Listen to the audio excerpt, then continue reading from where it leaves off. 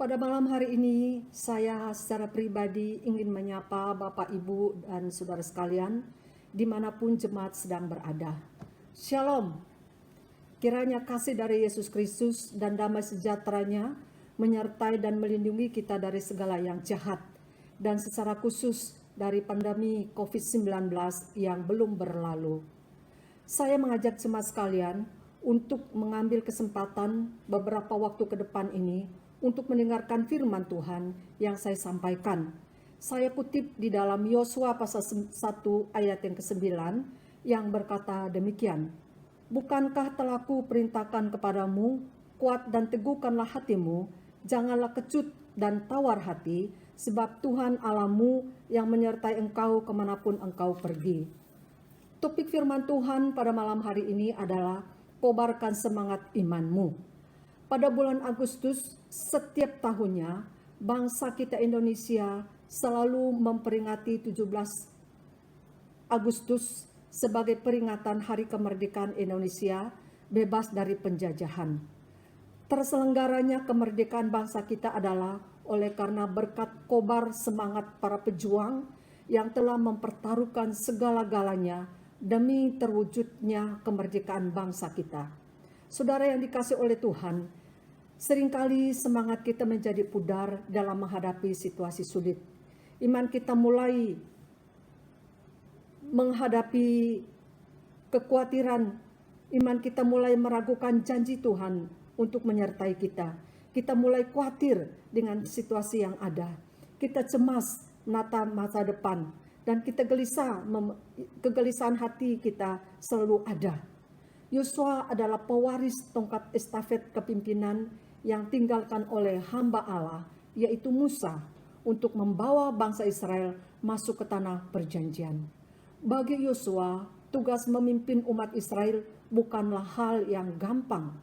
Yosua adalah seorang yang bisa sama seperti kita, rentan untuk terkontaminasi dengan keadaan tawar hati, bimbang, bingung, putus asa, dan lain-lainnya, yang membuatkan hatinya tidak berkobar-kobar lagi, yaitu karena berbagai tantangan yang dihadapinya.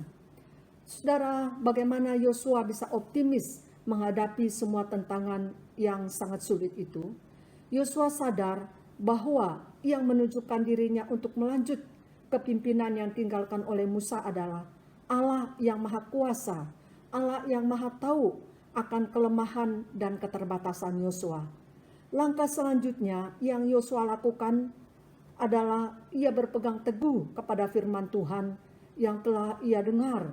Yosua menjadikan firman Tuhan itu sebagai penuntun hidupnya dan dalam hal dia bertindak, sehingga Yosua tidak gampang, tidak bimbang dalam menghadapi tantangan itu, tetapi Yosua tetap memiliki iman yang teguh sekalipun kondisi situasi sekelilingnya selalu berubah. Saudara yang dikasihi oleh Tuhan, kita semua memiliki kondisi yang sama dengan yang Yosua alami. Yosua bisa lemah kalau ia mencenderungkan hatinya untuk lemah, tetapi Yosua bisa menjadi kuat dan teguh di dalam menerjang kondisi sekalipun suram dan sulit. Yosua tetap merasa mampu dan sanggup karena ia merenungkan kata-kata yang diucapkan oleh Allah, yaitu kuat dan teguhkanlah hatimu. Berarti sejauh mentaati firman Tuhan, ia tetap berada di pihak Allah. Itu sebabnya juga Rasul Paulus berkata di dalam Roma pasal 8 ayat 31, berkata demikian, sebab itu apa yang kukatakan tentang semuanya itu, jika Allah di pihak kita, siapakah yang akan melawan kita? Situasi yang dihadapi Yosua dan orang Israel bukanlah hal yang sekedar tantangan, tetapi sesuatu persoalan yang sangat besar yang harus dihadapinya, yaitu dia harus berperang dan harus mengalahkan penduduk asli tanah Kanaan. Jika Yosua tidak berhasil mengalahkan orang Kanaan, berarti Yosua gagal membawa umat Israel untuk mewarisi tanah perjanjian yang Tuhan janjikan kepada umat Israel. Hati yang kuat dan teguh adalah sebuah bukti bagaimana saudara dan saya mentaati firman Tuhan itu di dalam hati kita masing-masing. Prinsip firman Tuhan tidak pernah berubah dari dahulu sampai selamanya.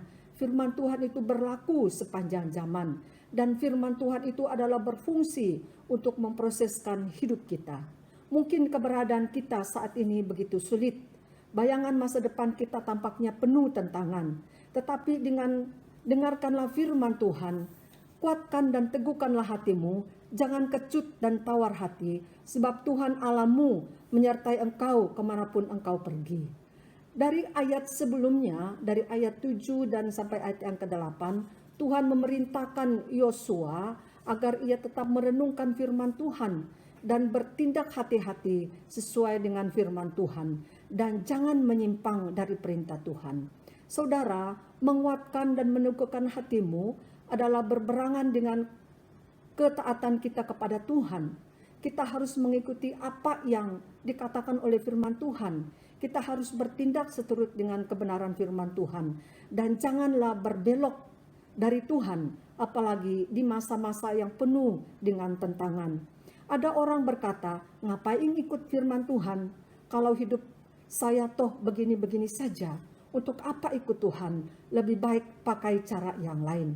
Ini adalah sebagian kecil contoh keadaan hati kita yang tidak kuat, hati yang tidak teguh. Tetapi janganlah kita seperti itu. Tuhan berjanji untuk menyertai kita kemanapun kita pergi. Dan Tuhan berjanji untuk menyertai kita sampai akhir zaman. Maka dikatakan di dalam Injil Matius pasal 28 ayat 20. Jadi sebagai penutup daripada firman Tuhan ini, saya akan membaca di dalam kitab Ulangan pasal 31 ayat yang ke-8 berkata, sebab Tuhan dia sendiri akan berjalan di depanmu, dia sendiri akan menyertai engkau, dia tidak akan membiarkan engkau dan tidak meninggalkan engkau. Janganlah takut dan janganlah patah hati. Marilah kita kobarkan semangat iman kita bersama. Pandanglah Tuhan bahwa dia adalah selalu beserta dengan kita kemanapun kita berada. Amin.